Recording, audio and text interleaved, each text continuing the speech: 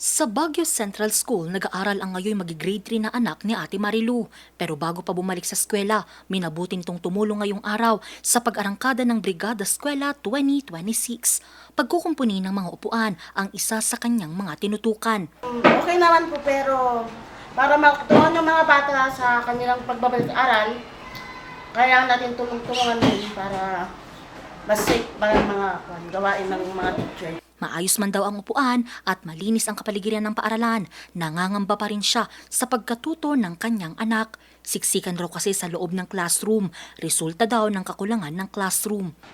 Kasi kulang na kulang ang classroom, kaya ang gagawin nila by shift na lang daw po. Half day ang grade 1 to grade 5. Grade 6 lang pang whole day. Kailangan po talaga ng classroom kasi kulang na kulang po. Kasi yung half day, parang kulang po sa mga bata yun. Aminado ang pamunuan ng Baguio Central Elementary School na may kakulangan nga sa silid-aralan ang kanilang paaralan. Mula kasi sa 92 classroom, halos kalahati lang daw ang nagagamit dito. Dahilan para magsiksikan sa mga silid-aralan ang aabot sa higit 2,000 mga mag-aaral mula kinder hanggang grade 6. Sa ngayon, medyo malaki pa rin ang kakulangan natin sa classrooms kasi yun nga, ongoing ang ating construction sa Gabaldon. And then, if based last year, ang ating schedule is shifting. So sa ngayon, baka shifting pa rin tayo. Yung sa standard ng DepEd, kung key stage 1, at least nagmamaximum tayo ng around 30. Okay, pero hindi naman natin nag-go beyond doon. Siguro may isa, dalawa lang na ganyan na classroom. Isa rin ito sa mga problema na kinakaharap ngayon ng Baguio City National High School. Apektado tuloy ang bilang ng mga enrollees ngayong taon.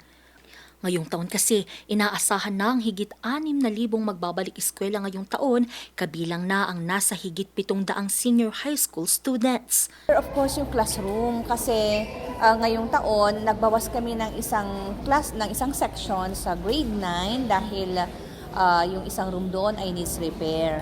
So, syempre natin may sacrifice yung kailangan conducive yung classroom. Kaya nagbawas kami, so expect natin yon na medyo magbabawas din yung enrollment natin. Pero hindi lamang sa Baguio City nakakaranas ng kakulangan ng silid-aralan.